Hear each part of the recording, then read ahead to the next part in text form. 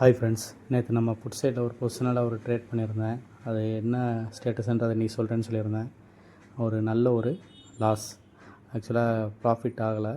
நம்ம எடுத்த கேபிட்டல் எல்லாமே வந்துட்டு வேனிஸ் ஆயிடுச்சு. 23 ருபீஸில் தான் கட் பண்ணேன். அதையும் ஸ்க்ரீனில் காட்டுறேன் பாருங்கள். அதுக்கப்புறம் மார்க்கெட் வந்துட்டு ஃபாலோ ஆகணுன்றது தான் என்னோடய எக்ஸ்பெக்டேஷன். அதனால் திரும்பவும் புட் சைடில் தான் ட்ரேட் பண்ணேன். ஒரு 140 பாயிண்ட்ஸ் கிட்ட வந்துட்டு ப்ராஃபிட் ஆச்சு. நம்ம வந்து ஓவரால் ட்ரெண்டு கேப்சர் பண்ணோம் அப்படின்னா வந்துட்டு இன்றைக்கி ப்ராஃபிட்டில் தான் இருந்திருக்கும். ஆனால் நம்மளால் அந்த மாதிரி ஓவரால் ட்ரெண்டு ஃபுல் மூமெண்ட்டுமே கேப்சர் பண்ண முடியாது. இதுதான் வந்துட்டு ரியாலிட்டி. அதான் இன்றைக்கி நடந்துச்சு.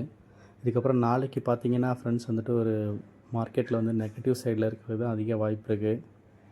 நெகட்டிவில் வந்துட்டு ஒரு சப்போர்ட் கிட்ட வரும்போது வேணால் வந்துட்டு 24,400 350 அந்த ரேஞ்சில் வரும்போது வேணால் வந்து ஒரு பை சைடில் இனிஷியேட் பண்ணுங்கள். அப்புறம் தீபாவளி சீசன் ஸ்டார்ட் ஆகிறனால ஒரு நல்ல ஒரு மொமெண்டம் இருக்கிறதுக்கு அதிக சான்ஸ் இருக்குது பை சைடில்.